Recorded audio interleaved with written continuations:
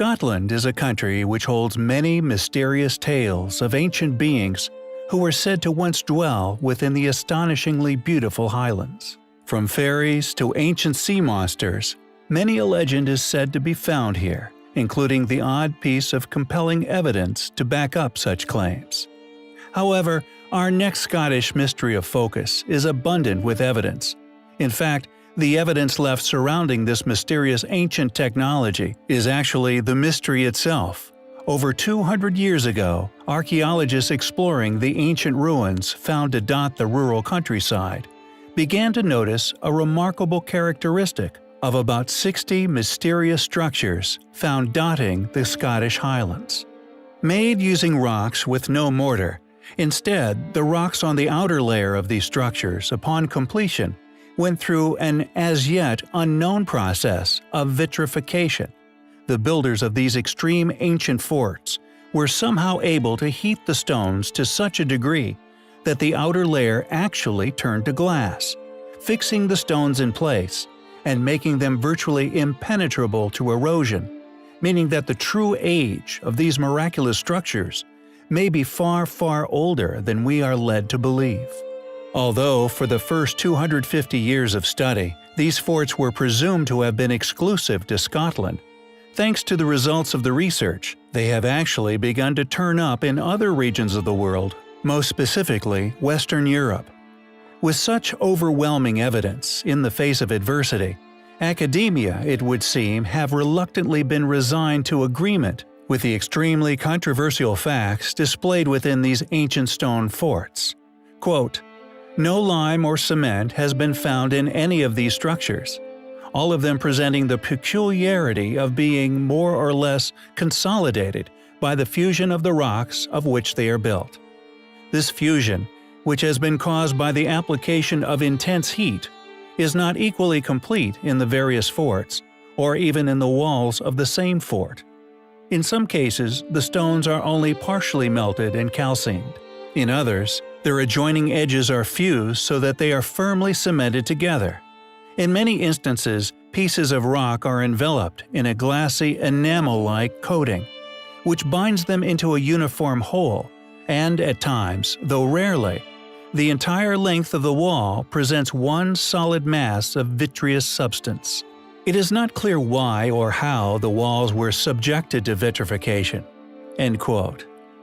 Although the explanation put forward after examining these facts could be seen as a desperate attempt to continue to deny the existence of a highly aware, highly capable, intercontinental, ancient civilization, which once flourished here on our planet. Who built these forts? What clearly advanced yet ancient heat technology did they use to turn the outer casing stones to glass? With the pace of such discoveries being revealed to the world increasing, it is only a matter of time before we find out.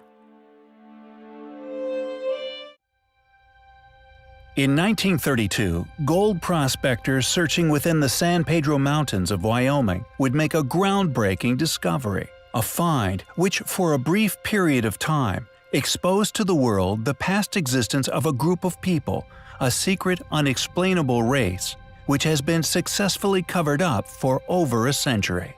Cast into the realm of folklore, this group of people could be attributed to tales of gnomes or hobbits. The once native Crow people spoke of their ferocious nature for many hundreds of years. No taller than 36 inches in height, according to William R. Corliss in his 1978 book Ancient Man, a Handbook of Puzzling Artifacts, citing the Anthropological Institute, Journal 6, 100, 1876. An ancient Little People graveyard of vast proportions was once found in Coffee County. It was estimated that there were as many as 100,000 separate individuals buried there, and in 1932, two gold prospectors would thankfully expose the existence of the Little People of Prairie Mountain to the world. Deep within a mine on the mountain, they discovered a secret lair, a tomb, somehow placed deep within the rock face. Within this tomb, they found the mummified remains of a tiny humanoid. Now known as Pedro, according to Dr. Henry Shapiro, an anthropologist from the American Museum of Natural History, along with the several X-rays he made, proving his authenticity. Pedro was 65 years old when he died, and he had unfortunately suffered a terrible fall, which had dislocated several of the vertebrae in his back. It seemed to Dr. Shapiro, a head wound that he had apparently suffered some short time after may have been the result of his relinquished life, in a curious act of mercy by his fellow tribe members. The Crow tribe attests to these tiny people once being gifted warriors, feared by all those in the surrounding areas. They told of the little people murdering all who ventured near them, even decimating a group of 200-strong warriors who mistakenly trespassed into their territories during the night. Pedro ended up in a pharmacy in Wyoming, and for 7 years he was a successful local attraction. One day, when an unusual businessman offered to buy him, after apparently paying a very large sum, the man disappeared with Pedro, and he has never been seen of again. The only existing mummy of the little people, it seems, was successfully confiscated during the late 1950s. To this day, it is not known where Pedro is, although for the person who locates his current residence, we have been made aware of a substantial cash prize for the person who can bring him back into the public arena, or at least enable further testing. If you know where Pedro is, please do get in touch. There is someone with a rather large present waiting for you. There are countless Neolithic sites found all over the world which defy explanation. Not only are these ancient structures built with unimaginably huge megalithic blocks, but the precision that went into their construction defy modern academic understanding. However, we have postulated and hypothesized that these academically claimed primitive structures are only primitive in appearance. For the knowledge that went into their construction, knowledge we have often exposed and shared here on our channel, now lost to history, along with their mysterious constructors, is of an extremely advanced nature. As such, we believe that these menhirs, mounds, henges, and in particular dolmens were constructed by a remnant of a civilization that were quite possibly responsible for the most famous, most baffling structures on Earth, which are also usually found in similar locations, these being the original foundations of Baalbek, the Great Pyramids, among many others.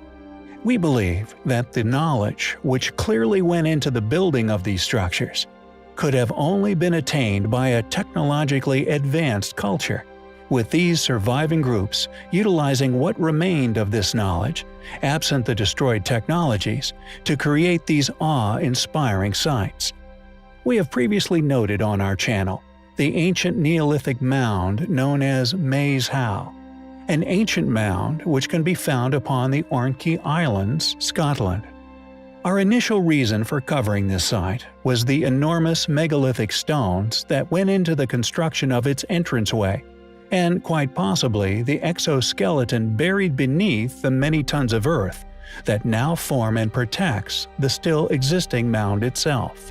However, there exists another Neolithic chamber, found in Ireland, that not only shares the same remarkably huge, unexplainable stones making up its construction, but also a precision of solar alignment that boggles the modern mind. Known as Newgrain's Passage, like Maes Howe, it is a circular mound with a structure hidden beneath many tons of earth. However, it also shares a dedication to the precession of the sun, with an alignment with the winter solstice that could have only been accomplished by a group with tremendous capabilities and indeed advanced astronomical knowledge. Although most of the structure is buried under the mound, the stones in which are visible, like Maes Howe, are easily identifiable and many tons in weight, some more than likely upwards of 20 to 30 tons.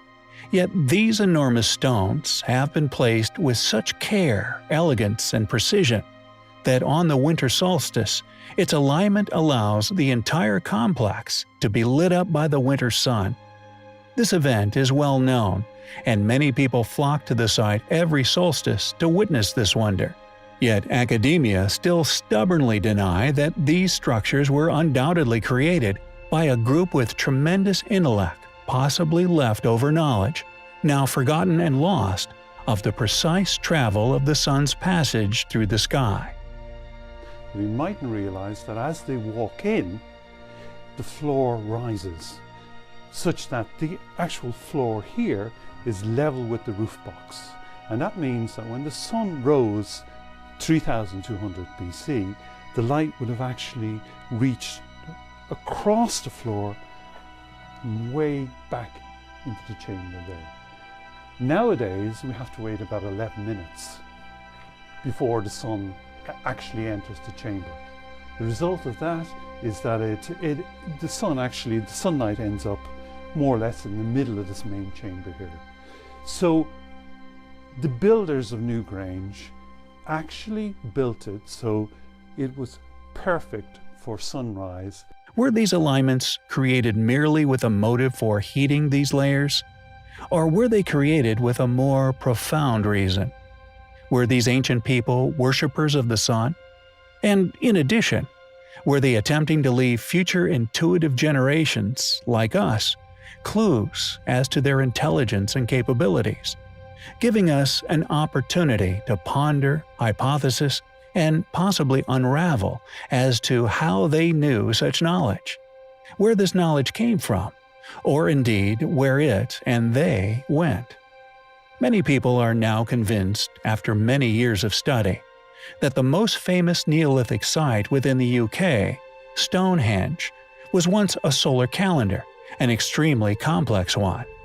And due to the precision that is clearly encapsulated within these two mounds, we tend to agree. These people were obviously devout sun worshippers, but were also, due to the immense size of the stones used in their construction, attempting to leave a visible legacy for vigilant future generations to ponder over, and possibly discover information they were trying to tell us we are yet to realize. It is, undoubtedly, highly compelling.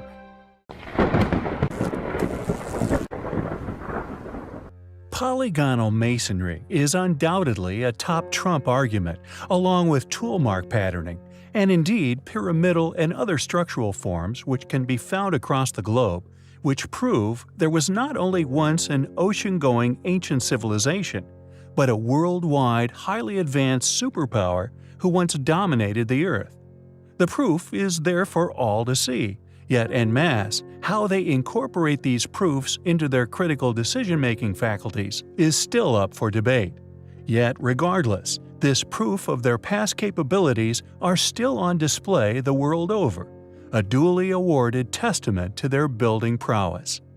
Although many have attempted to explain these stones, some claiming they are of artificial or geopolymer origins, others claim they are somehow a reformed rock from a plaster of Paris-type constituent of the original stone itself. Some even claim a plant was responsible. Any definitive answer as to how these stones were shaped and placed, or indeed any recreation of these claimed methods, elude us to this day. A lost technology from a now lost, yet once highly advanced ancient civilization. Cusco, which translates as the City of the Puma, holds some of the most exquisite and best preserved polygonal masonry to be found anywhere. Home to the famous 12-sided stone, something which many are not aware of, however, is that it is also home to dozens of carvings and structures which were intended as artistic masonry renditions of animals, one of which, namely the puma. Academic hypothesis suggests that these creations were built by the Inca to once form the boundary walls of an ancient temple. Yet like the countless other areas we explore here on our channel, any explanation as to how the walls were constructed, or indeed why pumas and other animals were incorporated into this enigmatic stonework, is absent from all and any academically accepted historical description of their origin. We feel that these structures were built for a reason, even stretching as far as Egypt, present as casing stones on the pyramids of Egypt themselves. They wanted future man to witness this stonework, built to last and to remain immovable. It is as if they were trying to tell us something about their existence, and indeed the true history and perhaps future fate of mankind. We find Cusco's Puma, and indeed the lost knowledge itself, highly compelling.